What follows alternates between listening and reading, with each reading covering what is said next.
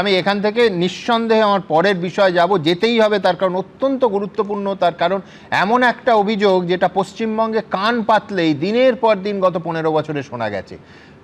অনেকেই বলছেন, আজকে তো বলছেন সরাসরি একজনের সঙ্গে কথাও বলবো এক্ষুনি, যে কেউ অভিযোগ করতে, বেশিরভাগ লোক অভিযোগ করতে ভয় পেতেন, তার কারণ প্রাণের ভয়। এবং make no mistake, Sabyasachi Dutta তৃণমূলে যখন ছিলেন বহাল তবিয়াতে ছিলেন, বিজেপি তাকে মাথায় তুলে দলে যোগদান করিয়েছিল, বিজেপিতেও তিনি বহাল তবিয়াতে ছিলেন, আবার যখন বিজেপি থেকে তৃণমূলে ফিরলেন বহাল তবিয়াতে রইলেন। অথচ এই সব্যসাচী দত্ত প্রকাশ্যে একাধিকবার সিন্ডিকেট রাজের পক্ষে সওয়াল করেছেন। আমি সেই প্রসঙ্গে আসব, কিন্তু তার আগে দেখাবো যে কালকে রাতে তোলাবাজির অভিযোগে গ্রেফতার হয়েছেন সব্যসাচী দত্ত। দেখুন।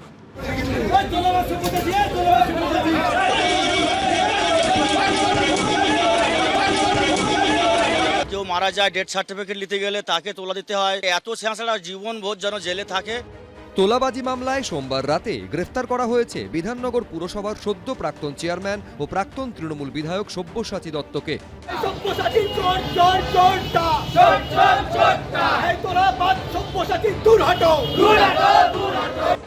আর মঙ্গলবার দফায় দফায় তার বিরুদ্ধে এভাবেই আছড়ে পড়ল ক্ষোভ, বিক্ষোভ, রোষ।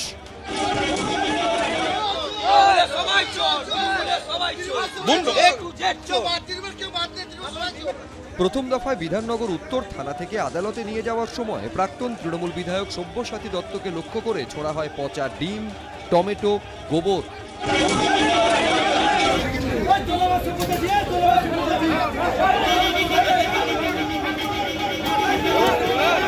পুলিশ যখন সব্যসাচী দত্তকে নিয়ে যাচ্ছে তখন গোবর এবং তার সাথে ডিম এবং পচা ডিম এবং আমরা দেখছি যে টমেটো ছোড়া হলো।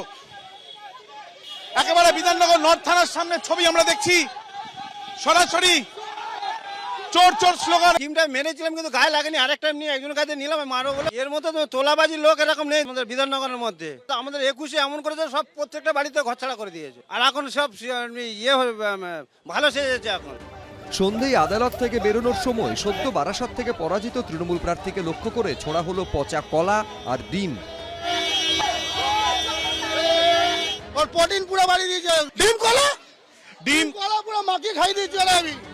ব্যবসায়ী মধুসূদন চক্রবর্তীর অভিযোগ, শুধুমাত্র তার কাছ থেকে 1 কোটি টাকারও বেশি তোলাবাজি করেছেন সব্যসাচী দত্ত। হ্যাঁ, সব্যসাচী দত্ত। হ্যাঁ দাদা বলুন।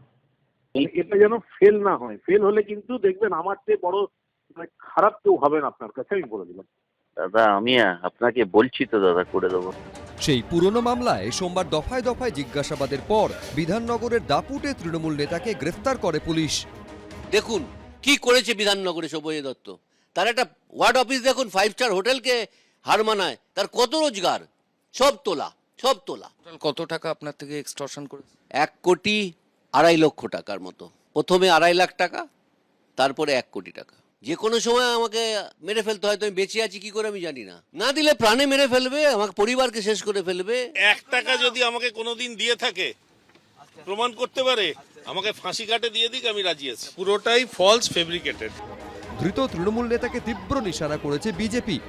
দুর্নীতির এক একটা করে স্তম্ভ, বিধাননগরের সব থেকে বড় স্তম্ভ দুর্নীতির এবং ঔদ্ধত্যের স্তম্ভ। এখন যুদ্ধকালীন তৎপরতায় একের পর এক দুর্নীতিগ্রস্ত তৃণমূলের তোলাবাজিরা ধরা পড়ছে। ধৃত তৃণমূল নেতা সব্যসাচী দত্তর 8 দিনের পুলিশ হেফাজতে নির্দেশ দিয়েছে আদালত। আবির দত্ত, ময়ূখ ঠাকুর চক্রবর্তী, সৌমিত্র রায়, এবিপি আনন্দ। আমি সরাসরি কথা বলবো ব্যবসায়ী মধুসূদন চক্রবর্তী, যার অভিযোগের ভিত্তিতে সব্যসাচী দত্তকে গ্রেফতার করা হয়েছে, তার সঙ্গে। আমার প্রথম প্রশ্ন থাকবে, সেটা হচ্ছে 2018 সালে এই ঘটনা যেটা আপনি অভিযোগ করেছেন, এটা 2026। তো এর মধ্যখানে কমপ্লেন করার বা পুলিশে যাওয়ার, পুলিশকে জানানোর কোনো চেষ্টা করেছিলেন? নমস্কার সুমন বাবু। আমি 2018 সালে আমার এই ঘটনা ঘটার পর 12ই ফেব্রুয়ারি 2018 ক্যালকাটা প্রেস ক্লাবে আমি একটা প্রেস মিট করি। সেটা আপনারা ওই দিন নিজেরা আপনাদের আর্কাইভে দেখতে পাবেন। আচ্ছা। এবং তারপর আমি পুলিশ মহলে অনেক দৌড়াদৌড়ি করেছি, কেউ আমার কথা শোনেনি। আমি অনেক দৌড়েছি, কোনো রকম কিছু পাইনি। আমি আমার সবসময় জীবন সংশয় নিয়ে আমি দিন কাটাচ্ছিলাম। আজকে 4 মে 2026 নির্বাচনের পরে মাননীয় শুভেন্দু অধিকারী মুখ্যমন্ত্রী মহাশয়ের কাছে আমার প্রণাম যে জনতার দরবার যে সুযোগটা করে দিয়েছে। আজ আমি থানায় গিয়ে নিজের ঘটনার কথা প্রকাশ করলাম। আমাকে পুলিশ প্রশাসন যথেষ্ট সহযোগিতা করলো। তারা আমার সব পুরনো ঘটনাগুলো সব শুনলো। শোনার পরে তথ্য দেখে আমার এফআইআর তারা করলো। তো এটাই আমার বলার আছে। হ্যাঁ, অথচ কি বিস্ময় দেখুন, এই পুলিশই এত বছর, মানে ধরুন 2018 থেকে 2026 অবধি আপনি যেটা বলছেন কার্যত আপনাকে ঘুরিয়েছিল, কমপ্লেনও নেয়নি। আমি বলছি যে তো বিপুল টাকা আপনি বলছেন 1 কোটি টাকা আদায় করা হয়েছে, কমপ্লেনেও লিখছেন 2,30,000 টাকা আপনি দিয়েছেন। আমি বলছি ঠিক কিভাবে চাপ আসতো, কি বলা হতো আপনাকে? এই তো মানে আমি বলছি যে মুম্বাইতে শুনেছি আমরা যে এক্সটর্শনের ইয়েটা থাকে যে প্রোটেকশন মানি, কোট আনকোট পরিভাষা। তো এই ক্ষেত্রে মানে ঠিক কি বলা হতো, কেন আপনি এই বিপুল টাকা দিতে বাধ্য হলেন? সুমনবাবু, আমি ওনার কাছে, উনি আমাদের বিধাননগরের মেয়র ছিলেন 2018 এবং নিউ টাউনের বিধায়ক ছিলেন। উনি সুপ্রিম পাওয়ার বিধাননগরের। আমি ওনাকে সেভাবে চিনতামও না। আমি একদিন কোনো কারণে ওনার একটা ফোন পেলাম, সেটা হচ্ছে 2রা ফেব্রুয়ারি 2018, ফার্স্ট ফোন 10:30টার সময়। আমি সব্যসাচী দত্ত বলছি, মেয়র। তা আমি তার কথা শুনলাম। শোনার পরে প্রথম তার বিদ্যুৎ গাঙ্গুলি বলে একটা লোককে বলল 2,30,000 টাকা দেওয়ার জন্য, তার ত্রিপুরায় একটা কোনো নির্বাচনের কাজ আছে। আচ্ছা, আমি বললাম দাদা আমি এটা পারবো, আমি দিলাম। তার 2 দিন পর 6 তারিখে ওনার ফোন এলো, আমি সব্যসাচী দত্ত বলছি, আপনাকে 1 কোটি টাকা পেমেন্ট দিতে হবে, আপনি আমার টাকাটার ব্যবস্থা করুন। আমি বললাম দাদা আমি সোনা দানা বেচে আমি কোথা থেকে আমি এত টাকা পাবো, আমি একটা সাধারণ ব্যবসায়ী। তো উনি আমাকে বললেন আমি কোনো কিছু জানি না, তৎকালীন মুখ্যমন্ত্রী মমতা বন্দ্যোপাধ্যায়ও কিছু আপনাকে করতে পারবে না, কারোর ক্ষমতা নেই, আমি যা বলছি তাই করুন, নালে আপনার বাড়ির কাছে দেখুন আমার লোক দাঁড়িয়ে আছে, নালে আপনার অফিসের কাছে দেখুন আমার লোক দাঁড়িয়ে আছে। আর যেসব ভাষা বলছেন আমি সেগুলো এখানে বলতে পারছি না। যেভাবে আমার জীবনে যা মানে উনি আমাকে গান পয়েন্টে রেখে উনি আমার ওপরে সেই ভয়েসগুলো আমি দিয়েছিলাম, মানে আমার ভোডাফোনে যে ভয়েসগুলো হয়েছিল তার কথোপকথনগুলো, কিন্তু কোর্টেও কোনো সাড়া পাইনি যে এই রেকর্ডগুলো যে উনার, এটা প্রমাণ করার জন্য তাও আমি পাইনি। আশা করি এখন আমি প্রমাণ করতে পারবো যে সব্যসাচী দত্ত আমার ওপরে প্রাণনাশের হুমকি, জুলুম, আমার কাছ থেকে টাকা নিয়েছে। উনি আজকে বললেন না যে উনি 1 টাকাও নেয়নি, ফাঁসি কাটে ঝুলবেন। আমিও বলছি যদি আমার মিথ্যা হয় আমি ফাঁসি কাটে ঝুলবো। আপনি টাকা নিয়েছেন, আপনি চোর। লোকে আজকে আপনাকে ডিম মারছে, কেন মারছে? আমি মারছি। টমেটো মারছে, গোবর মারছে, কেন? আপনি তাদের কষ্ট দিয়েছেন। তার ওয়ার্ড অফিসটা টর্চারিং চেম্বার ছিল। CF 328 চেক করে দেখুন ওই বাড়িটা কিভাবে দখল করেছে। সব্যসাচী বাবু, অমিতাভ দত্ত তার চঞ্চল, তার লোক সাকরের একটা বাড়ি ঠিক বিধাননগর থানার উল্টো দিকে CF 328 সেই বাড়িটি উনি দখল করে রেখেছেন। সিলভার চিমনি BF 37 ওই বাড়িটি আজ অবধি বিক্রি করতে পারেন ডাক্তারবাবু। কেন বিক্রি করতে পারেনি সব্যসাচী বাবু আপনি বলুন? আপনার তোলার টাকা কোন কোন প্রমোটারদের কাছে যায় আমি সব কিছু জানি, কিন্তু আমাকে তো প্রাণে মেরে ফেলবে তার লোকজন। একটা মানুষ ওখানে কতগুলো লোক টর্চার চেম্বার আছে ওনার ওয়ার্ডে, উনি সেখানে মানুষকে নিয়ে নির্মম অত্যাচার করে, তাদের উলঙ্গ করে তাদের ওপরে। আপনি জিজ্ঞেস করুন খগেশ্বর কুন্তিয়াকে, আপনি জিজ্ঞেস করুন তমালকে, আপনি জিজ্ঞেস করুন কালু সাহাকে। সন্দীপ বাবু যে মামলা করার জন্য আজকে রেডি হচ্ছে, আগামীকাল হয়তো তার নামে একটা মামলা হবে। আমি এগুলো কি মিথ্যে কথা বলছি? যদি প্রেস মিডিয়া অনলাইনে মিথ্যে হয় তাহলে আমিও শাস্তির জন্য প্রস্তুত। কি বলছেন মধুসূদন বাবু? আমি বলছি যে টর্চার চেম্বার তো মধ্যযুগে শোনা যেত, মধ্যযুগের পরে আর এই জিনিস হয় না সভ্য সমাজে। আপনি একটার পর একটা ঘটনা বলছেন। আমি দ্রুত একবার মধুসূদন বাবু লাইভের দর্শকদের সামনে যেটা বলছেন সেটা হচ্ছে একটা অডিও টেপ সামনে এনেছিলেন মধুসূদন চক্রবর্তী। ঠিক কী আছে যেটা শোনানোর পরও মধুসূদন বাবু স্পষ্ট অভিযোগ করছেন যে পুলিশ সেটা তারপরও কমপ্লেন নেয়নি। ঠিক কি আছে দেখাবো। আপনি মমতা ব্যানার্জিকে বললেও আমার কিছু না।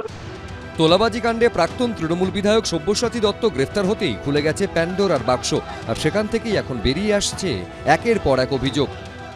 হ্যাঁ, সব্যসাচী দত্ত। হ্যাঁ দাদা বলুন। এটা যেন ফেল না হয়, ফেল হলে কিন্তু দেখবেন আমার চেয়ে বড় খারাপ কেউ হবেন আপনার কাছে, আমি বলে দিলাম। মাননীয় মুখ্যমন্ত্রী তখন যিনি ছিলেন তাকে চিঠি পাঠিয়েছিলাম। সব্যসাচী দত্ত বলেছেন মুখ্যমন্ত্রী মমতা বন্দ্যোপাধ্যায় আপনাকে কিছু করতে পারবে না, আমি শেষ কথা। উনি তখন রাজারহাট নিউ টাউনের বিধায়ক, উনি তখন বিধাননগরের মেয়র। সোমবার সন্ধে 7:30 নাগাদ সব্যসাচী দত্ত রাজারহাটের ফ্ল্যাটে পৌঁছে যায় বিধাননগর থানার পুলিশ। সেখানে কয়েক ঘন্টা জিজ্ঞাসাবাদ করা হয়। রাত 10টা নাগাদ ফ্ল্যাট থেকে আটক করে সব্যসাচী দত্তকে বিধাননগর উত্তর থানায় নিয়ে আসে পুলিশ। সেখানে দ্বিতীয়বার জিজ্ঞাসাবাদের পর রাত 1টা নাগাদ তাকে গ্রেফতার করা হয়। যার অভিযোগের ভিত্তিতে গ্রেফতার হলেন সব্যসাচী দত্ত, তিনি ইতিমধ্যেই একের পর এক অডিও ভিডিও সামনে এনেছেন। দাদা পেয়ে গেছি, ঠিক আছে। আর কাল সকালবেলা ওই মাল ওখানে চলে যাবে, তাহলে যখন বলবে। ঠিক আছে, হ্যাঁ হ্যাঁ ঠিক আছে ঠিক আছে, ঠিক ঠিক ঠিক। কিছু তো আনবোই, আমি আপনাকে 200 মতো দিয়ে দেবো, সিল দিয়ে দেবো, ইলেকশন সিল 200 মতো ইলেকশন সিল দিয়ে দেবো। দেখছিলাম সকালবেলা আছে কিছু, দিয়ে দেবো। সিম্বলের সিল যেটা বুথে লাগে। এই ভিডিওটা সব্যসাচী দত্ত তার লোক পাঠিয়েছে টাকা নেওয়ার জন্য। বিমল গাঙ্গুলি বলে কোনো তার ব্যক্তি প্রতিনিধি টাকা নিচ্ছে আমার অফিস থেকে। এটা কবে? এটা 2018 সাল। বললো যে 2.5 লক্ষ টাকা একে দিয়ে দিন। আমি 2.5 লক্ষ টাকা এই লোককে দিলাম এবং এই লোক কে বললো দিতে আপনাকে? সব্যসাচী দত্ত আমার অফিসের ক্যামেরায় সিসিটিভি ফুটেজে উঠেছিল। অভিযোগকারীর দাবি, ফোন করে লাগাতার তাগাদা দিতেন খোদ সব্যসাচী দত্ত। হ্যাঁ, সব্যসাচী বলছিলাম। দাদা বলুন। বলছি দাদা 12 তারিখটা যেন মিস না হয়, আমি কিন্তু খুব কায়দায় পড়ে যাবো। আমি এতবার নইলে আপনাকে বলতাম না। দাদা আমি সোনা দানা বেচে সব ব্যবস্থা করে ফেলেছি, আপনাকে টাকা দেবো বলেছি দাদা। ঠিক আছে, 12 তারিখটা যেন মিস না হয়। ঠিক, আমি 1 কোটি টাকা আপনার জন্য ধার করে ব্যবস্থা করে ফেলেছি। বিধাননগরের প্রাক্তন কাউন্সিলর, প্রাক্তন বিধায়ক, পুরসভার প্রাক্তন চেয়ারম্যান, তার বিরুদ্ধেই তোলাবাজির ভয়ঙ্কর অভিযোগ। আমার কাছে উনি এই 2.5 লক্ষ টাকার পরে 1 কোটি টাকা ওনার রোজ বায়না ছিল। বাড়ি করতে গেলে টাকা দিতে হবে, বাড়ি ভাঙতে গেলে টাকা দিতে হবে, কিনতে গেলে টাকা দিতে হবে, বেচতে গেলে টাকা দিতে হবে, না দিলে মারবে। মঙ্গলবার সব্যসাচী দত্তকে আদালত থেকে বের করার সময় ক্ষোভ ছেড়ে পড়ে, ছোড়া হয় ডিম, পচা কলা। যখন পজিশনে ছিল মানুষকে মানুষ বলে গণ্য করতো না, এদের মারা উচিত, এদের ডিমটা বেশি কিছু না, এদের রক্ত চুষে খেয়েছে। সব্যসাচী দত্তর বিরুদ্ধে একাধিক জামিন অযোগ্য ধারায় মামলা রুজু করেছে পুলিশ। আবির দত্ত, রঞ্জিত সাউ, জয়ন্ত পাল, এবিপি আনন্দ, কলকাতা। আমি বলছি তরুণ, আমি তো তৃণমূলের প্রতিনিধির কাছে পরে আসব। এই লোকটির বিরুদ্ধে তোমরা পরের পর বছরের পর বছর অভিযোগ করেছো, অথচ এই 2018 সালের উনি অডিও ভিডিও দেখাচ্ছেন, তারপরে 21-এর আগে তাকে দলে নিয়েছিলে সসম্মানে। সুমনদা টু বিজেপিকেও জবাব দিতে হবে। বলছি to err is a human. এবার যে যার জয়েন করিয়েছিল, যার হাত দিয়ে জয়েন করেছিল, উত্তরটা তার দেওয়াটা মনে হয় ভালো। দুটো জিনিস বলার আছে এখানে, এই ব্যাপারটা না ন্যাশনাল না, এটা ইন্টারন্যাশনাল। বাংলায় যা কিছু হয় আন্তর্জাতিক হয়। আগস্ট 2016 বা জুলাই 2016 তৎকালীন বাংলাদেশের প্রধানমন্ত্রী শেখ হাসিনা মমতা বন্দ্যোপাধ্যায়কে ফোন করেন। ফোন করে বলেন ওখানে আমাদের কিছু লোকজন আছে, সেখানে আপনাদের সিন্ডিকেট প্রচুর ঝামেলা করছে। তো মমতা বন্দ্যোপাধ্যায় মনে আছে কভার স্টোরি হয়েছিল একাধিক, তখন আমাদের এক্স্যাক্টলি ক্র্যাকডাউন হয়, 49 জন ফার্স্ট অ্যারেস্ট হয়। 49 জনের মানে অনিন্দ চ্যাটার্জি, তৃণমূল কাউন্সিলর, একজন মুম্বাই বেসড একজন ব্যবসায়ীর কাছ থেকে সে তার দোকান করছিল, সে অ্যারেস্ট হয়। এর আরও ব্যাকড্রপ আছে। ব্যাকড্রপ হচ্ছে 2015 বিএমসি ইলেকশন, যেখানে ওই সাংবাদিক পেটানোর ইতিহাসে একদম স্বর্ণাক্ষরে লেখা থাকবে। তারপর একটা স্টিং অপারেশন হয়েছিল। স্টিংয়ে যখন জিজ্ঞেস করা হয়েছিল সব্যসাচী বাবুকে, হ্যাঁ ভদ্রতা খাতিরে সব্যসাচী বাবুই বলছি, যে সিন্ডিকেট নিয়ে আপনার মতামত কি, তিনি বললেন 300 কোটি টাকা তৃণমূলকে 2016 নির্বাচনে দিতে হয়েছে, ছেলেরা টাকা তুলবে না। তা আমি বলছি 300 কোটি টাকা দিতে যে এখানে কি দোলাসনের সেই 25-75 হিসাবটা মেনটেন হতো কিনা আমি জানি না। তো this is a big thing. এই সিন্ডিকেট আমরা বাইরে থেকে দেখতাম, বাইরে থেকে জানতাম, বিধায়ক হওয়ার পর আমি বুঝতে পারছি সিন্ডিকেটের রুটটা কোথায়, সিন্ডিকেট কিভাবে চলে, কি সিস্টেমে চলে। এখন রাজারহাট গোপালপুরের মানে বিধায়ক। দাদা এত ডেঞ্জারাস সিচুয়েশন আমি বলছি, মানে সিন্ডিকেট যেভাবে চলে দাদা পরিষ্কার বলতে পারি প্রত্যেকটা ফ্ল্যাটের প্রাইস না 200 থেকে 300 টাকা পার স্কোয়ার ফিট কম হতে পারে। সাধারণ মধ্যবিত্ত টাকা বাঁচতে পারে। এই 200 থেকে 300 টাকা কোথায় যায়? যায় সিন্ডিকেটের পকেটে, স্কোয়ার ফিট হিসাবে যায়, স্টোন চিপস এতে যায়। কোথা থেকে মাল আসবে, ফর এক্সাম্পল কোনো একটা স্টোন চিপস আসবে, বালি আসবে, যেখান থেকে আসবে যে নেবে মাঝখানে কারোর কাটমানি খাওয়ার কি আছে? কেউ যদি সোজা ব্যবসা করে, প্রপার বিল দিয়ে ব্যবসা করে, কোনো আপত্তির কিছু নেই। এই সিন্ডিকেট জিনিসটাই হচ্ছে এটা। 2 থেকে 300 টাকা পার স্কোয়ার ফিট শুনতে কম লাগে, এটা 1000 স্কোয়ার ফিটের ফ্ল্যাটে তুমি হিসাব করো, একটা 10,000 স্কোয়ার ফিটের বিল্ডিং এ হিসাব করো, একটা কমপ্লেক্স হলে হিসাব করো। আর কেউ রাজি না হলে তার পরিণতি তো এরকম আছে, থ্রেট আছে, থ্রেট যে কেউ সৎ যদি হতে চায়, ঠিকঠাক থাকতে চায়, তার লাইফ হেল হয়ে যায়। একটা তৃণমূল কাউন্সিলর আপাতত জেলে আছে, আর একটা তো পালিয়ে বেড়াচ্ছে, ছেড়ে দাও, দেবরাজকে খুঁজে পাওয়া যাচ্ছে না কোথায় আছে। তার দেবরাজের রাইট হ্যান্ড যেটা জেলে আছে, রাখাল, একটা সিভিক পুলিশ ছিল সুমনদা, বিশ্বাস করতে পারবে? একটা সিভিক পুলিশ, সে আজকে কয়েকশো কোটি টাকার মালিক। কোত্থেকে আসে টাকাগুলো? মানুষের রক্ত চোষা টাকা। এরা কেউ, আমি বলি, যেমন তুমি চাষ করবে তেমন ফল পাবে। তুমি কাঁটা গাছ লাগিয়েছো, কাঁটাই খাবে, তাই খাচ্ছে। সেই সব্যসাচী দত্তকে তোমরা ওইভাবে নিয়েছিলে, এখন যে নিয়েছিল সেও তো বিজেপির ব্যানারেই নিয়েছিল, বাইরে থেকে তো নয়। ভাবছিলাম যে নিয়েছিল সে বোধহয় তৃণমূল বিজেপির কোন নেতা বিধাননগর কর্পোরেশনের ভোট নিয়ে এত কথা তরুণ বললেন না, কিন্তু সে নিয়েছিল, সে কি 25-75 নিয়েছিল জানি না, কিন্তু যেহেতু ও বললো স্টিং অপারেশন, এর লোক শুধু অডিওটা শুনুন।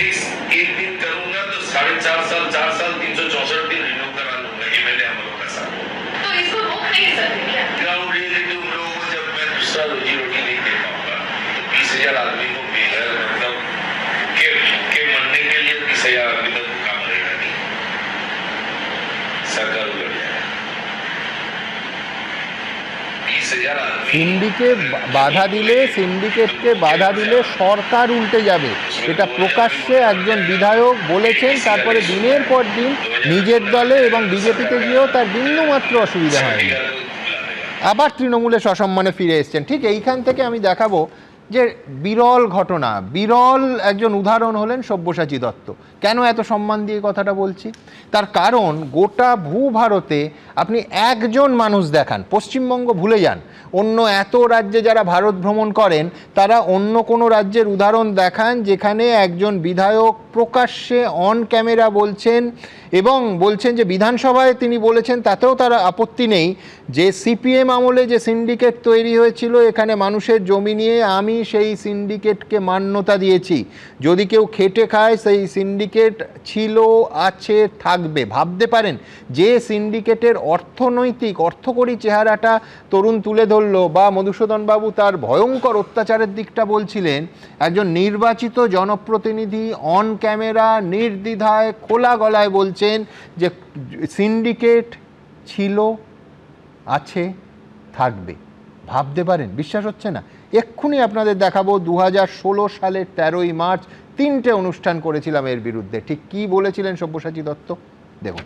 বিধানসভায় দাঁড়িয়ে সেই বিধায়ক যিনি দায়িত্ব নিয়ে বলেছিলাম যে সিপিএম আমলে সিন্ডিকেট তৈরি হয়েছিল এখানে মানুষের জমি নিয়ে, আমি সেই সিন্ডিকেটকে মান্যতা দিয়েছি।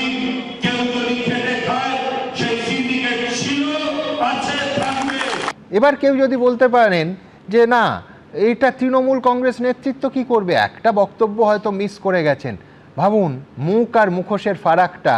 মমতা বন্দ্যোপাধ্যায় 2015-র 21শে জুলাই এবং এই বক্তব্যের আগে পরে বলে গেছেন যে সিন্ডিকেট করলে নাকি তৃণমূল কংগ্রেস করা যাবে না, আর তার বিধায়ক তার টিকিটে নির্বাচিত খোলা গলায় বলছেন সিন্ডিকেট ছিল, আছে, থাকবে। এইটুকু শুনে ভাবছে নিশ্চয়ই তার বিরুদ্ধে ব্যবস্থা হয়েছিল।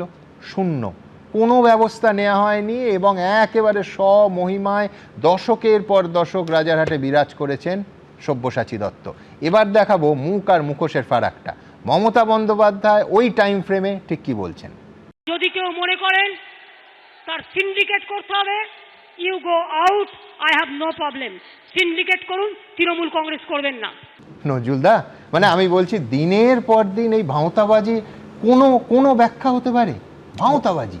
দেখুন, এই যে তৃণমূলের যারা নেতা মন্ত্রী ছিলেন, তা আমি যেহেতু সিপিএমের সঙ্গে আমার বিরোধ ছিল এবং সিপিএমের এমএলএ এবং এমপি ছেলেকে আমি অ্যারেস্ট করেছিলাম, তারা অনেকে আমার অফিসে যেতেন। তো তাদের একজন মন্ত্রী হওয়ার পর আমি বিকাশ ভবনে একটা কাজে গিয়েছিলাম। তো তিনি আমাকে নিয়ে তার ঘরে নিয়ে যান, তখন তিনি মন্ত্রী। তো তারপরে তিনি জিজ্ঞেস করেন যে মমতা ব্যানার্জি তো আপনাকে ফোন করে দিল্লিতে নিয়ে গিয়েছিলেন, তো মমতা ব্যানার্জির সঙ্গে আপনার বিরোধ হলো কেন? আমি তখন বললাম যে উনি নিজে তো ঘুষ আদায় করছিলেন, কিন্তু সেই ঘুষ আদায় করার জন্য আমার নাম ব্যবহার করছিলেন। তিনি কিন্তু এটা অস্বীকার করলেন না। তিনি বললেন যে দেখুন, পার্টি চালাতে গেলে তো টাকা লাগে। আমি বললাম টাকা লাগে, আপনি করুন, আমি অসৎ হব না। তিনি আর কোনো কথা বলতে পারেননি। অনির্বাণ। না, নজরুলদার ব্যক্তিগত কি অভিজ্ঞতার বিষয়ে তো বলতে পারবো না, তবে উনি বললেন আমি বলছি যে তৃণমূল এই লোকটিকে যখন বিজেপিতে গেছিল তখন তৃণমূলের, আমি আর্কাইভ থেকে তোমায় দেখাতে পারি, একেবারে সিন্ডিকেট চালাতো, তোলাবাজ, কি না বলেছে। আবার ফেরত আসার পরে স্বমহিমায় মুকুটহীন রাজা বিধাননগর নিউ টাউনে। তৃণমূলের রাজনৈতিক অন্যায় হয়ে থাকলে আমি মেনে নিলাম, কিন্তু আপনি আমাকে বলুন, যদিও তরুণ আমি হয়তো বলে দেবে যে বলেছিল তাকে বলো, শ্রমিক ভট্টাচার্য তো প্রেস কনফারেন্স করে শুভেন্দু অধিকারীকে চোর বলেছিল। আজকে তো তাকেই মুখ্যমন্ত্রী করতে হয়েছে। আজকে তাহলে তরুণ বিধায়ক হিসেবে কি মুখ্যমন্ত্রীকে অস্বীকার করবে, তা বিজেপি নেতা হিসেবে রাজ্য সভাপতিকে অস্বীকার করবে? বলি তরুণ ভাই, বলে সব দায়িত্ব ছেড়ে এসেছিলেন। আরে না, প্রেস কনফারেন্স করে যে চোরটা বলেছিল কে ঠিক বলেছিল? মমতা বন্দ্যোপাধ্যায় কি করেছে? প্রেস কনফারেন্স করে শ্রমিক ভট্টাচার্য চোর বলেছিল কি ভেঙে দল করলো, খারাপ করেছিল। শ্রমিক ভট্টাচার্য চোর বলে কি বলেছিল? শ্রমিক ভট্টাচার্য চোর বলে ঠিক বলেছিল না ভুল বলেছিল? উইথ মাচ ফ্যানফেয়ার তৃণমূল বলেছিল আমরা এখানে ইনভেস্টমেন্ট আনবো। কেন ইনভেস্টমেন্ট আসেনি বোঝা যাচ্ছে? এইরকম তোলাবাজদের রাজত্বটা একদম ছোট ব্যবসায়ী, উনি খুব বিশাল টাটা বিড়লা ব্যবসায়ী নন, তার কাছ থেকে 1 কোটি টাকা চাঁদা চাওয়া হচ্ছে। আমি আরেকটা কথা বলি, 30 অক্টোবর 2021 হিন্দুস্তান টাইম পত্রিকা, Bengal form 6 Mamata Banerjee's intervention alleges kidnapping extortion. একটা কোম্পানি পূর্তি রিয়ালিটি, তারা লোকাল কিছু তৃণমূলের নেতাকে দেয়নি বলে, আমার কাছে রয়েছে, ওটা আমি পাঠিয়ে দিতে পারি, তোলা দেয়নি বলে তাদের 2জন ইঞ্জিনিয়ারকে তুলে নিয়ে চলে গেছিল, টাকা দিয়ে ছাড়াতে হয়েছে। আচ্ছা, এরপরে পশ্চিমবাংলায় ইনভেস্টমেন্ট হবে, মানে যারা ইনভেস্টমেন্ট করবে তাদের কি পাগলা কুকুর কামড়েছে নাকি? ফলে ইনভেস্টমেন্ট করতে গেলে যে ধরনের পরিবেশ লাগে, যে ধরনের আইন শৃঙ্খলা লাগে, সিপিএম এর আমলেও সেটা ছিল না। সিপিএম তার অতীত পাপের প্রায়শ্চিত্ত করেছিল, 67 থেকে 71 যা কাণ্ড করেছিল। আর তৃণমূল কংগ্রেস অনেক কথা দেওয়ার পরেও তার অনেক বেশি তোলাবাজি করেছিল, ফলে এখানে শিল্প হয়নি। আমি সরাসরি একবার মধুসূদন বাবুর কাছে যাব, একদম, আর সেদিকেও নজর থাকবে। আমি বলছি যে মধুসূদন চক্রবর্তীর কাছে আরেকবার যাবো। মধুসূদন বাবু, একটা কৌতূহলের প্রশ্ন। এক হচ্ছে যে আপনার টার্নওভার বলতে হবে না, কিন্তু কিসের ব্যবসা, এবং 2 হচ্ছে যে এই অডিও ভিডিও যেগুলো এখন আপনি সামনে আনলেন, এ তো আমি বলছি যে সাধারণভাবে পুলিশ এত গোছানো কেস পায় না। মানে আপনি এবং একদম ভয়েস টেস্ট করলে পরিষ্কার দুধ কা দুধ পানি কা পানি হয়ে যাওয়ার কথা। এত তথ্য প্রমাণ সত্ত্বেও প্রশাসন, এবং আপনি বললেন একাধিক জায়গায় ছুটে বেরিয়েছেন, কেউ সাড়া দেয়নি। তারপরেও এই সব দেখানোর পরেও, এই ঘটনা বলার পরেও কেউ সাড়া দিল না এত বছর। হ্যাঁ, আমি আপনার কথাটার উত্তর দিচ্ছি এটাই। আমি একটা সলিসিটার ফার্ম চালাই 40 বছর ধরে, আমি সেই সলিসিটার ফার্মের পার্টনার। আচ্ছা। আর আমার ব্যবসা বলতে খুব সামান্য, খুব ছোট, 6 স্টাফ নিয়ে আমি আমার ছোট্ট ফার্মটা চালাই। আর আমি অনেক জায়গায় দৌড়েছিলাম। তো 2021-এর পরে আরেকটা মজার কথা বলি, 2021-এর পরে উনি যখন পার্টি চেঞ্জ করলেন, আমিও তো ভাবলাম এবার বোধহয় আমার বিপদ হবে, উনি বোধহয় যদি জিতে আসেন। তো মানে ভগবান হয়তো ওনাকে সাথ দিল না, কিন্তু আমি রক্ষা পেলাম। কিন্তু এই ভদ্রলোকের একটু ভালো করে পুলিশ প্রশাসনকে বলবো, ওনার নিউ টাউন, ওনার সল্টলেক, ওনার তোলাবাজি আমি নই, আমার মতো এরকম শত শত লোক আছে যারা বলতে পারছে না।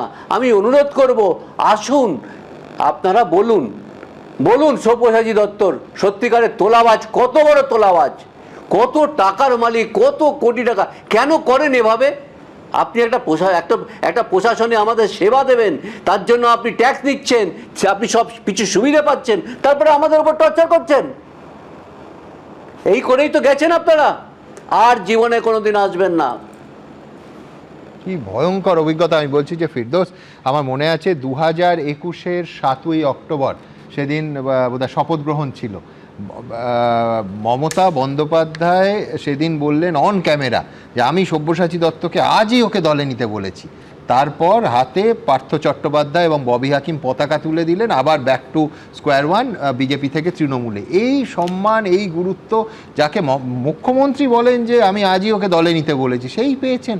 আর যার এই একটা মধুসূদন বাবু না, অসংখ্য উদাহরণ, মানে আজকের রাজারহাটে কান পাতলেই শোনা যায়। আপনি তো এটা মানে ইনডিরেক্ট কথা বলছেন। ডিরেক্টলি মমতা বন্দ্যোপাধ্যায় রাজীব বন্দ্যোপাধ্যায় সম্পর্কে কি বলেছিলেন, তারপরে সেই রাজীব বন্দ্যোপাধ্যায়কে দলে নিয়েছিলেন কি নেননি? আচ্ছা, এখানে সিন্ডিকেটের কথা হচ্ছে। সিন্ডিকেট কেন তৈরি হয়েছিল? এই রাজারহাট নিউ টাউন অঞ্চলে যখন ল্যান্ড লুজাররা, তাদের পরিবারের ছেলেমেয়েরা ওখানে যে ওই বাড়িগুলো তৈরি হবে, সেখানে একটু কাজ পাওয়ার জন্য সিন্ডিকেট তৈরি হয়েছিল প্রথম দিকে, যখন রাজারহাট নিউ টাউন তৈরি হয়। তারপরে সেই সিন্ডিকেটকে কিভাবে তৃণমূল কংগ্রেস ব্যবহার করে, একদম। কিন্তু আমি বলছি এই টাকার জোর আছে বলেই কি যে দলে সব্যসাচী বাবু গেছেন, সেটা তৃণমূল, সেটা বিজেপি, এই গুরুত্ব পেয়েছে। দেখুন, এই অঞ্চল, এই যে পয়সা দিতে পারে নিউ টাউন রাজারহাট অঞ্চলে, বিশেষ করে যেহেতু এই জমিগুলো যেহেতু একেবারে প্রাইম ল্যান্ড, এবং কিভাবে বিশেষ করে আরেকটা ছিল ব্রাডা অঞ্চল, মানে নিউ টাউনের আশেপাশে ব্রাডা অঞ্চল, একদম এই ব্রাডা অঞ্চলে বিশেষ করে সেখানে এই যে নেতারা কিভাবে ব্যবহার করেছেন তাদের এই সিন্ডিকেটের বাহিনীকে, সেটা কিন্তু রাজারহাট অঞ্চলের মানুষ জানে। আর একটা কথা বলছিল না যে তরুণজ্যোতি, যে 200 থেকে 300 টাকা ডিফারেন্স হতো। আমাকে একজন বড় প্রমোটার এবং এই বড় এই যে হাউজিং সব এগুলো বাড়িগুলো বানায় আর কি, সে একজন এসে বলেছিল যদি তৃণমূল কংগ্রেস ক্ষমতায় না থাকতো তাহলে গোটা কলকাতা শহরে স্কোয়ার ফিট প্রতি ফ্ল্যাটের মূল্য 1000 টাকা কম হতো। একেবারে তার হিসাব দেওয়া, একেবারে মানে বালি থেকে শুরু করে, পাথর থেকে শুরু করে, ইট থেকে শুরু করে সমস্ত কিছু তোলাবাজির টাকা। সিন্ডিকেট তো বালি সাপ্লাই করে, স্টোন চিপ সাপ্লাই করে, ইট সাপ্লাই করে। সিন্ডিকেটের মাঝখানে ইচ্ছা হয়েছিল তারা একটু সিমেন্ট এবং রডটাও দেবে। তো অনেকদিন আগে কথা বলছি, তখন ওখানকার প্রমোটার বলেছিল হাত জোর করে আমাদের বাড়িটা খালি তৈরি করতে হবে না, তৈরি করে বিক্রিও করতে হবে, তার মধ্যে মানুষ থাকবে, ওই দুটোর দায়িত্ব তোমরা নিও না। এই হচ্ছে আমি বলছি বিশ্বনাথ দা, তো সার্থক নামা মানুষ পৃথিবীতে কম হয়, কিন্তু এই অভিযোগগুলো যদি সত্যি হয় দুহাত সমানে চলতো সব্যসাচী। আমি 3-4টা জায়গা থেকে ভাবছি যে এই যে সব জায়গা থেকে দুর্নীতির অভিযোগগুলো আসছে, তৃণমূলের একের পর এক নেতা গ্রেপ্তার হচ্ছে, কাউন্সিলর গ্রেপ্তার হচ্ছে, এমএলএ গ্রেপ্তার হচ্ছেন। মমতা বন্দ্যোপাধ্যায় কি ক্ষমা চেয়েছেন যে আমার 15 বছরের শাসনকাল দুর্বৃত্তের শাসনকাল ছিল, পশ্চিমবাংলাবাসী তোমার কাছে আমি ক্ষমা চাইছি? প্রায়চিত্ত করেছেন। অভিষেক বন্দ্যোপাধ্যায় ক্ষমা চেয়েছেন। হারা জেতা ওনারা অফিসিয়ালি কি করবে না ওনাদের ব্যাপার, কিন্তু যে ছবিটা উঠে আসছে পশ্চিমবাংলার, যে ছবিটা উঠে আসছে 15 বছরের দুর্বৃত্তের শাসন ব্যবস্থার প্রতিটা নিদর্শন প্রতি মুহূর্তে উঠে আসছে, তার জন্য মমতা বন্দ্যোপাধ্যায়, অভিষেক বন্দ্যোপাধ্যায় কোনো অনুশোচনা দেখেছেন? কোনো প্রার্থনা দেখেছেন? কোনো ক্ষমা দেখেছেন? এটা তো একটা গুরুত্বপূর্ণ দিক। আরেকটা দিক আমি আপনাকে বলছি, আপনি যে প্রশ্নটা দিয়ে তরুণজ্যোতিকে বললেন যে 2018-র ওরকম ঘটনার পরে তোমরা ভাই নিলে কেন? ঠিক আছে, একটা অভিজ্ঞতা ওদের, ওরা অন্যায়টা স্বীকার করেছে, 21-এর ওদের ভুল হয়েছিল তৃণমূল কংগ্রেসের থেকে এইভাবে নেওয়াটাকে। 26 সালের নির্বাচনে ওরা নেয়নি, এবং 26 সালে যে জয় করেছে, কোথায় স্বীকার করেছে? 26 না অফিশিয়ালি করেছে, বারবার বলা, তাহলে 21-এর আগে যাকে নিয়েছিল না বারবার বলেছে, বিজেপি বারবার বলেছে। শুনুন, আর 26 সালের নির্বাচনে বিজেপি সাফল্যের পেছনে আপনিও বলেছেন যে একাধিক কারণের মধ্যে একটা বড় কারণ যে দল ভাঙিয়ে না নিয়ে একদম অরিজিনাল বিজেপিদের ক্যান্ডিডেট করা। এইবার আমার প্রশ্ন একটা তরুণজ্যোতির প্রতি থাকছে যে যেভাবে একটা ব্লক তৈরি করা হচ্ছে, তৃণমূলেরই বিধায়করা গিয়ে ব্লক তৈরি করছে, তৃণমূলেরই সাংসদরা গিয়ে তোমার কেন্দ্রীয় সরকারকে সাহায্য করার জন্য আরেকটা ব্লক তৈরি করছে। এবার ব্লকের মধ্যে যারা থাকছেন, যে এমএলএরা, তাদের বিরুদ্ধে কি তদন্ত হচ্ছে? আমি একটা উদাহরণ দিচ্ছি। পূর্ব কলকাতার জলাজমি বোঝার জন্য একজন বিধায়ক জাভেদ খানের বিরুদ্ধে সরাসরি তোমরা অভিযোগ এনেছো, তার ছেলের বিরুদ্ধে অভিযোগ তোমরা এনেছো, আমরাও আনিনি। সেই জাভেদ খানের প্রথম একদিন আমি শুনেছিলাম যে একটু তৎপর পুলিশ হয়েছে, আজকে কেন চুপ হয়ে আছে? একের পর এক বিধায়ক যাদের বিরুদ্ধে মহিলা গঠিত মামলা আছে, কারো বিরুদ্ধে মানে তোলাবাজির মামলা আছে। তরুণ জ্যোতি, আমরা কিন্তু প্রশ্ন করব যে 60 জনকে তোমরা একটা আলাদা ব্লক হিসাবে স্বীকৃতি দিচ্ছ, তোমরা বিরোধী দলের মর্যাদা তাদেরকে দিচ্ছ বিধানসভার ভেতরে, তারা যদি তাদের মধ্যে যে সেই সমস্ত এমএলএদের বিরুদ্ধে অভিযোগ যেগুলো উঠছে তাদের বিরুদ্ধে তোমরা যদি ব্যবস্থা না দাও, আমরা প্রশ্ন তুলব যে বাপি হালদার মানে দক্ষিণ 24 পরগনায় তোমরাই অভিযোগ করেছো, আমাদের অভিযোগ নয়, যে কিভাবে তোমার মামলা আছে। এই তো বলছি আমরা আমার প্রশ্ন শোনো ভালো করে।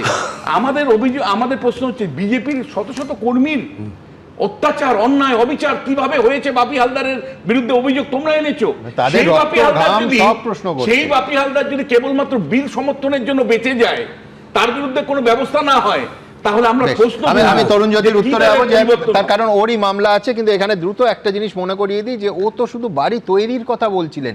এই কলকাতা শহরে উত্তর বলুন, দক্ষিণ বলুন, কলকাতা সংলগ্ন এলাকা বলুন, ভাড়া রঙের জন্য ভাড়া বাঁধলে অবধি তোলাবাজরা চলে আসে এবং একেবারে এলগিন রোড তার একটা আইকনিক উদাহরণ হয়ে গেছে, যেখানে এলগিন রোডে সুভাষবাবুর বাড়ি শুনে বলেছিল সুভাষদাকে ডেকে দিন, এবং এই 8টায় ঘণ্টাখানেক সঙ্গে সুমন অনুষ্ঠানে সরাসরি বলে এই অসাধারণ এবং দুর্ভাগ্যজনক গল্পটা বলেছিলেন। তখন জীবিত ছিলেন কৃষ্ণা বসু, শ্রদ্ধা কৃষ্ণা বসু।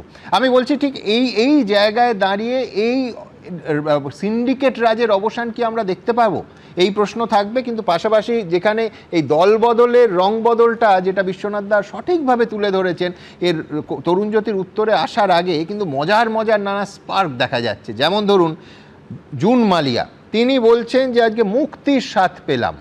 মানে আজকে কোলাঘাটে মুখ্যমন্ত্রী শুভেন্দু অধিকারীর প্রশাসনিক বৈঠক, আগের জামানার সঙ্গে তুলনায় জুন মালিয়া মুক্তির স্বাদ পেলেন এবং শুভেন্দু অধিকারীর প্রশংসায় পঞ্চমুখ দেব। দেখুন, কোলাঘাটে মুখ্যমন্ত্রীর প্রশাসনিক সভায় যোগ দিলেন দেব, জুন মালিয়া সহ তৃণমূলের একাধিক জনপ্রতিনিধি। এই দুজনই এখন বিদ্রোহী সাংসদের দলে। শুভেন্দুদা আমার অত্যন্ত প্রিয় একজন মানুষ, মেদিনীপুরের ছেলে, লড়াকু। সূত্রের খবর, শুভেন্দু অধিকারীর ডাকা বৈঠকে তৃণমূল সাংসদ জুন মালিয়া বলেন তিনি মন খুলে কথা বলার স্বাধীনতা পেয়েছেন। এবং একটা অপোজিশনের এমপি তো বলেই ফেললেন যে আপনারা আমাদের স্বাধীনতা দিয়েছেন কথা বলার আপনি, তাই আমি মন খুলে আজকে ডেভেলপমেন্ট ওরিয়েন্টেডই বলেছেন, খুব ভালো প্রপোজাল দিয়েছেন। মুখ্যমন্ত্রীর ডাকা প্রশাসনিক সভায় ঘাটালের তৃণমূল সাংসদ দেব, মেদিনীপুরের তৃণমূল সাংসদ জুন মালিয়া, খড়গপুর গ্রামীণের তৃণমূল বিধায়ক দীনেন রায়, কেশপুরের তৃণমূল বিধায়ক শিউলি সাহা। শুনেছেন প্রত্যেকটা প্রপোজাল, খুবই ভালো লাগলো। আগের মুখ্যমন্ত্রীও তো এইভাবে শুনতেন, একটা বলার পর সেকেন্ড বার বলার সুযোগ থাকতো না। একবার একটা প্রপোজাল দেওয়ার পর সেকেন্ড প্রপোজাল দিলে বলতে বস, আর বলতে হয় না। মন্ত্রিসভাতে আমাদের কোনো কথা শোনেননি, বলার সুযোগ ছিল। ঘাটাল মাস্টার প্ল্যান নিয়েও মুখ্যমন্ত্রী শুভেন্দু অধিকারী ও তৃণমূল সাংসদ দেবের সুর মিলে গেল। ঘাটালের এমপি তিনি একটা কথাই বলেছেন যে ঘাটাল মাস্টার প্ল্যান আমার কমিটমেন্ট ছিল। আমি ওনাকে বলেছি যে ঘাটাল মাস্টার প্ল্যান ইলেকশানে আমাদেরও কমিটমেন্ট ছিল, আমরা ওটা করব। এখানে ক্রেডিট ডিসক্রেডিট কে কার ক্রেডিট হবে সেটা বড় কথা নয়। এই লোকটা স্বপ্ন দেখেছিল ঘাটাল মাস্টার প্ল্যান করবে এবং সেই স্বপ্নটা নিয়ে আমি শুভেন্দুদার কাছে এসেছি। আমাদের এখনকার যিনি মুখ্যমন্ত্রী তিনি আমাকে কথা দিয়েছেন, ওনার হাত ধরে উনি সবার সামনেও বললেন কি ঘাটাল মাস্টার প্ল্যানটা এই সরকার সেটা কমপ্লিট করবে। ভোটে ভরাডুবি হয়েছে, দল খান খান হয়ে গেছে। মমতা বন্দ্যোপাধ্যায় তৈরি করা দল আগামী দিনে তার কাছে থাকবে কিনা তা নিয়েই জোরালো প্রশ্ন উঠে গেছে। তৃণমূলের মাথার ছাদ নিয়েও এখন টানাটানি। কলকাতায় ইএম বাইপাসের ধারে অস্থায়ী তৃণমূল ভবন ফেরোচ্ছে পুলিশের দ্বারস্থ হয়েছে মালিক পক্ষ। দিল্লিতেও তৃণমূলের অফিস নিয়ে তৈরি হয়েছে সংকট। সংসদ থেকে ঢিল ছোড়া দূরত্বে পুরী রাজেন্দ্র প্রসাদ রোডের এই বাড়িটি তৃণমূল সাংসদ পার্থ ভৌমিকের। এতদিন এই বাড়িতেই ছিল দিল্লিতে তৃণমূলের অফিস। কিন্তু আদতে এই বাড়িটি সাংসদ হিসেবে পার্থ ভৌমিককে বরাদ্দ করা হয়েছিল। তিনি দলকে বাড়িটি পার্টি অফিস হিসেবে ব্যবহারের অনুমতি দিয়েছিলেন। কিন্তু পার্থ ভৌমিক এখন বিদ্রোহী সাংসদদের দলে, তারা বিজেপি জোটকে সমর্থন করবে বলে জানিয়েছিলেন। 20 নম্বর ডক্টর রাজেন্দ্র প্রসাদ রোড, নয়াদিল্লি, এই ঠিকানাতেই গত কয়েক বছর ধরে সর্বভারতীয় তৃণমূল কংগ্রেসের দপ্তর, তাদের রেজিস্টার্ড অফিস। আর সরকারিভাবে এই যে ঠিকানা, এই ঠিকানার এই বাসভবনটি বরাদ্দ করা হয়েছে বারাকপুরের তৃণমূল কংগ্রেস সাংসদ পার্থ ভৌমিককে। যে পার্থ ভৌমিক গতকাল রাতে শতাব্দী রায়ের বাংলোতে, তিলক মার্গের বাংলোতে শুভেন্দু অধিকারীর সঙ্গে বৈঠক করেছেন। পার্থ ভৌমিক ইতিমধ্যেই এই বাংলো ছাড়তে চেয়ে আবেদন জানিয়েছিলেন। তার ভিত্তিতে মঙ্গলবারই লোকসভার সচিবালয়ের তরফে চিঠি দিয়ে তৃণমূল সাংসদের সরকারি বাসভবন পাল্টে দেওয়া হয়েছে। কুড়ি রাজেন্দ্র প্রসাদ রোডের বাংলোর বদলে তার জন্য বরাদ্দ করা হয়েছে হুগলি টাওয়ারের 501 নম্বর ফ্ল্যাট। এর ফলে দিল্লিতে তৃণমূলের এই পার্টি অফিস হাতছাড়া হওয়া এখন কার্যত নিশ্চিত। কলকাতায় ইএম বাইপাসের ধারে অস্থায়ী তৃণমূল ভবন নিয়েও দীর্ঘদিন ধরে টানাপোড়েন চলছে। থানায় আমরা গেছিলাম ওসির কাছে গিয়ে আমরা এই যা বললাম, এই আমাদের এগ্রিমেন্ট ছিল, এই এগ্রিমেন্ট শেষ হয়ে গেছে, এখন অ্যাজ সুন অ্যাজ পসিবল আমাদের প্রপার্টিটা ছেড়ে দিলে আমাদের ভালো হয়। সব মিলিয়ে মমতা বন্দ্যোপাধ্যায়ের অস্বস্তি বেড়েই চলেছে। উজ্জ্বল মুখোপাধ্যায়, শিবাশিস মৌলিক ও বিজন চক্রবর্তীর রিপোর্ট, এবিপি আনন্দ। আমি তরুণের কাছে আসবো, যে আশঙ্কা একটাই, সেটা হচ্ছে যারা এই মুহূর্তে বিজেপির দিকে ঝাঁপাচ্ছে সেই জনপ্রতিনিধিদের বিরুদ্ধে অভিযোগও ধামাচাপা পড়ে যাবে, আইনি ব্যবস্থাতে কিছু হবে না। একটা পরিষ্কার কথা মাননীয় মুখ্যমন্ত্রী শুভেন্দু অধিকারী মহাশয় বারবার বলেছেন যে রাজ্যে রুল অফ রুলার নয়, রুল অফ ল চলবে। এই বাপি হালদারের কথা বলেন, বাপি হালদারের একটু পূর্ব পরিচিত আপনার জানা উচিত। উনি এক পঞ্চায়েত প্রধান ছিলেন। যখন পঞ্চায়েত প্রধান ছিলেন প্রচুর দুর্নীতি করেন, ফিনান্স কমিশনের টাকা নয়ছয় হয়েছিল, তার রিপোর্ট আছে। অনুপ কুমার মিস্ত্রি বলে এক লোক ছিল মথুরাপুরের এক গ্রাম পঞ্চায়েত, দেখো ওখানে তো বেশিরভাগ আমাদের টিকতে দেওয়া হতো না, মারা হতো, পিটানো হতো। সেই অনুপ কুমার মিস্ত্রি আমাদের এক পঞ্চায়েত প্রধান, সেটা মামলা করে বাপি হালদারের নামে। জাস্টিস অমৃতা সিনহার ঘরে মামলাটা চলছিল, আমি করছিলাম মামলাটা। প্রিলিমিনারি পুলিশকে বলা হয়, পুলিশ ইনভেস্টিগেশন শুরু করে, কেস রেজিস্টার করার জন্য কেস রেজিস্টার করতে বাধ্য হয় কোর্টের অর্ডারে।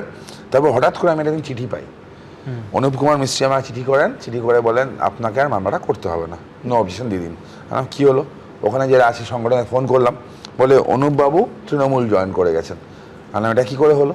আর মামলা আমি জানলাম রিট পিটিশন চলছে, আমার কোর্টে গিয়ে বলা উচিত, যেহেতু আমার ক্লায়েন্ট বলেছে। আমি কোর্টে গেলাম, কোর্টে গিয়ে বললাম মাই লর্ড এই অবস্থা, এই হচ্ছে আমার চিঠি, বাট এই গোলমালগুলো আছে, প্লিজ টেক স্টেপ, মানে ডু দ্য নিডফুল। আমাদের যে রাজ্য সরকারের আইনজীবী ছিলেন তিনিও বললেন না, তাহলে ওনার তো কোনো রাইট নেই বলার, আমার সত্যি আমার লিগালি কোনো রাইট নেই বলার। তারপর মামলা চাপা পড়ে গেল। এই অনুপ কুমার মিস্ত্রি আজকাল বড্ড ফোন টোন করছে, আমি ফোন ধরিনি তার, কিন্তু মামলাটা তো আছে। ফিনান্স কমিশনের টাকা, মানে কেন্দ্র থেকে পাঠানো টাকা, গরিব মানুষের কাজের জন্য টাকা যে চুরি করে সে জেলের বাইরে তো বেশি দিন থাকতে পারে না। আমি আবার বলছি, be you ever so high, the law is above you. এদের বিরুদ্ধে তদন্ত যেগুলো হচ্ছে আমার মনে হয় না কোনো তদন্ত থামবে, নাহলে পার্লামেন্টে তোমাদের অনেকজন মিস কল মারছে। সুমনদা এ তো মিস কল না, বলছে এনডিএ অনেকজন মিস কল মারছে, মিস কল হলো কিন্তু অ্যানসার হচ্ছে না। এখানে সুমনদা একটা ইন্ডিকেশন তরুণ দিয়েই দিল যে বিভিন্ন যারা এখন হঠাৎ করে বিজেপিকে সমর্থন করতে তারা উদ্বেলিত হয়ে পড়ছেন, হতে পারে তাদের প্রত্যেকের পেছনে কোথাও না কোথাও একটা একটু হালকা চাপা দেওয়া মামলা আছে। কোথায় চাপা দেওয়া? হয় সমর্থন করো, হয় সমর্থন করো, না হলে এই যে ভদ্রলোক ছিল, হ্যাঁ শুভেন্দু অধিকারী ভদ্রলোক তৃণমূল ছিল, শুভেন্দু অধিকারী সব ছেড়ে গেছে,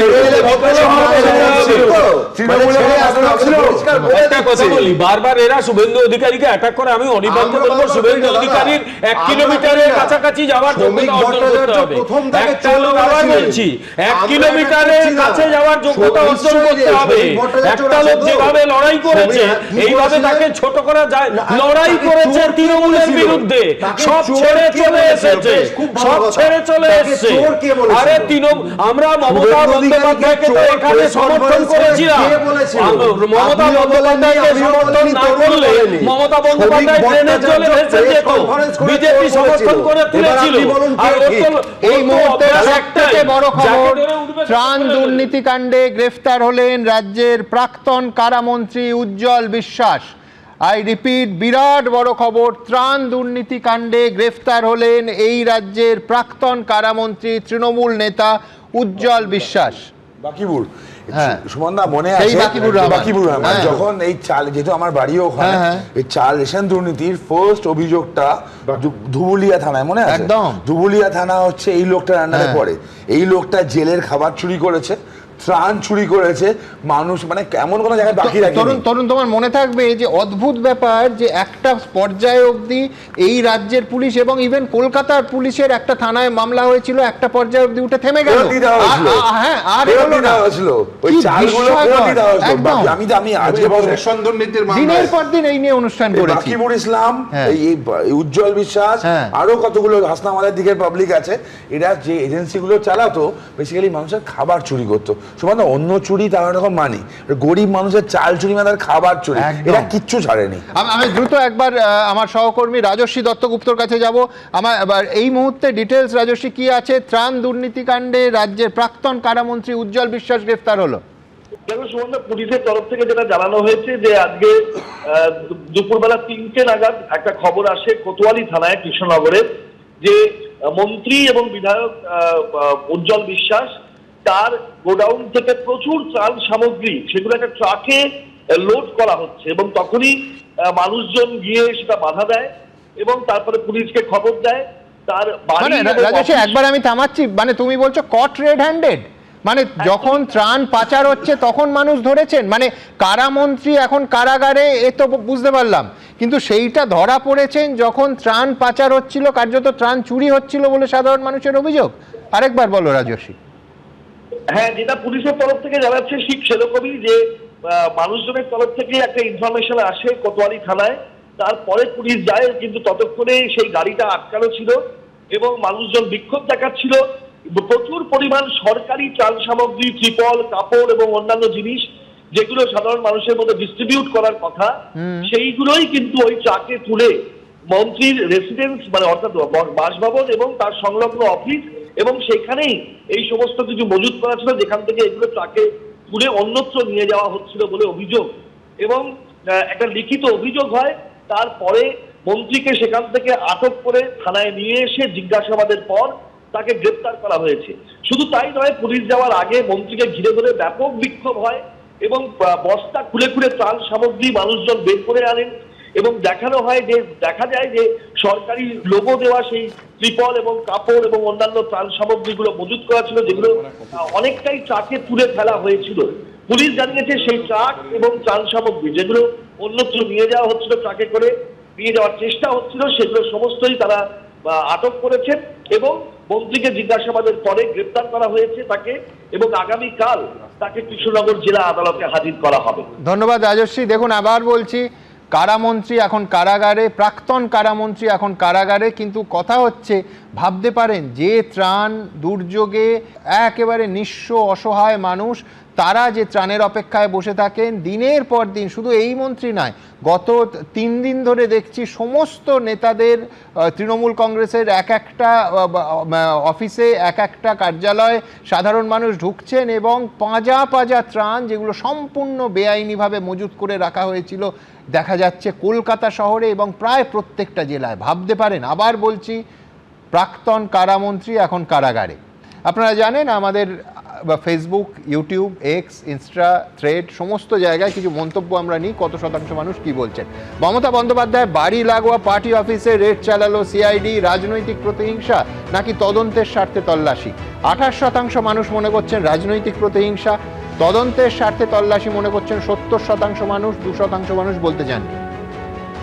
সরাসরি অভিষেক বন্দ্যোপাধ্যায়ের ক্যামাক স্ট্রিটের অফিসে তল্লাশি সিআইডির, বিপদ ঘনাচ্ছে অভিষেকের, বিপদ ঘনাচ্ছে এমনটা মনে করছেন 81% মানুষ, বিপদ ঘনাচ্ছে না মনে করছেন 17% মানুষ, বলতে চাননি 2%। সই জালিয়াতি কাণ্ডে তৃতীয়বার সিআইডির হাজিরা এড়ালেন অভিষেক, হেফাজত নিয়ে তদন্ত করা উচিত অধীর চৌধুরী দাবি করছেন।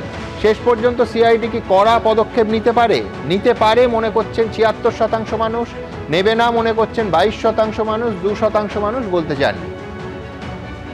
একদা অচ্যুত কংগ্রেস, আর বিপদে পড়ে এখন সোনিয়া গান্ধীর দুয়ারে মমতা বন্দ্যোপাধ্যায়। আশ্রয় দেবেন সোনিয়া রাহুল, আশ্রয় দেবেন মনে করছেন 30% মানুষ, 68% মানুষ মনে করছেন আশ্রয় দেবেন না, বলতে চাননি 2%। তোলাবাজির অভিযোগে গ্রেফতার তৃণমূল নেতা সব্যসাচী দত্ত। বারবার উঠছে সিন্ডিকেটে মদত দেওয়ার অভিযোগ। জেনে শুনে প্রশ্রয় দিয়েছিল তৃণমূলের শীর্ষ নেতৃত্ব। 90% মানুষ মনে করছেন জেনে শুনে তৃণমূলের শীর্ষ নেতৃত্ব আশ্রয় দিয়েছিল, প্রশ্রয় দিয়েছিল। 9% মানুষ মানতে চাননি, 1% মানুষ বলতে চাননি। সরাসরি মন্তব্যে শেখ শামীম লিখছেন, রাজনৈতিক ক্ষমতা চলে গেলে কতটা বেকায়দায় পড়তে হয় সেটা ভাইপো সহ মমতা বন্দ্যোপাধ্যায়ের পার্টি অফিসে সিআইডি তল্লাশির ছবিতেই স্পষ্ট করছে। অতীশচন্দ্র বাওয়াল লিখছেন, সই জাল কাণ্ডে অভিষেকের হাজিরা দিতে এত গড়িমসি কেন? কৌশিক সরকার লিখছেন, মমতা বন্দ্যোপাধ্যায় বেকায়দায় পড়ে এখন ইন্ডি জোটের হাত ধরে ভেসে থাকতে চাইছে। নীলাভ চট্টোপাধ্যায় লিখছেন, দলের বিধায়করাই বলছেন সই তাদের নয়, এমন দুর্নীতি আগে দেখিনি। মিলন মণ্ডল লিখছেন, যারা জিতেছেন তারা বিদ্রোহ করছেন, অনেকে শটান হাজতে যাচ্ছেন, তৃণমূল দলটার ভবিষ্যৎ পুরো লোডশেডিং। কিন্তু আমি এখান থেকে সরাসরি আরেকবার এই মুহূর্তে সব থেকে বড় খবর আপনাদের বলবো, প্রাক্তন কারামন্ত্রী নিজেই চলে গেলেন কারাগারে ত্রাণ দুর্নীতির অভিযোগ।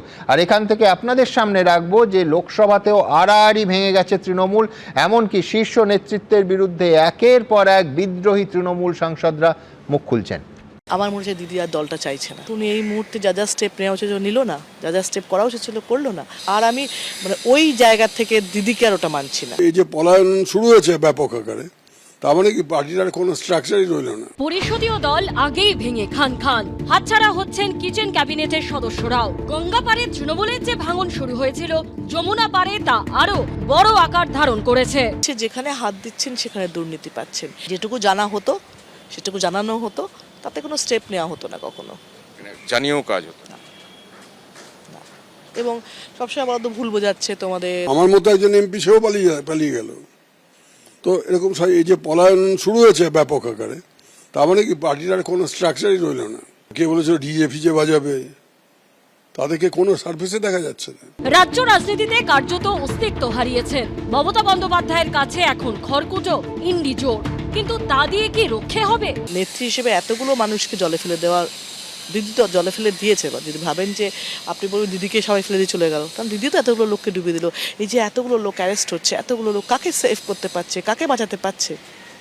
তো দিদির জন্য তো লড়েছে এতগুলো লোক, সেটা তো দায় দিদিরও হবে। ব্যক্তিগতভাবে তো পলিটিক্স হয় না, আর একটা পলিটিক্যাল পার্টি একা হয় না। একটা পলিটিক্যাল পার্টির মধ্যে একটা গ্রুপ থাকে, একটা কমিটি থাকে, আলোচনা করে করতে হয়।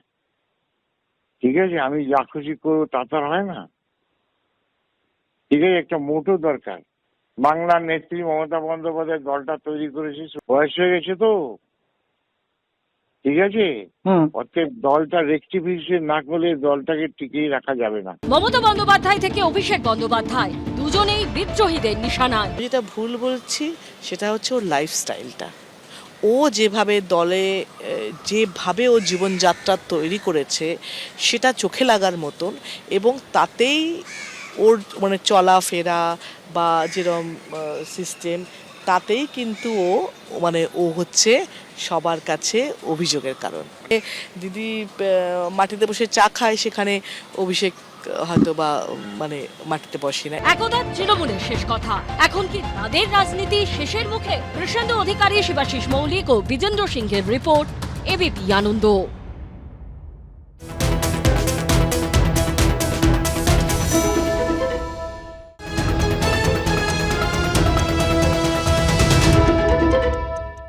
এবিপি আনন্দ, এগিয়ে থাকে, এগিয়ে রাখে।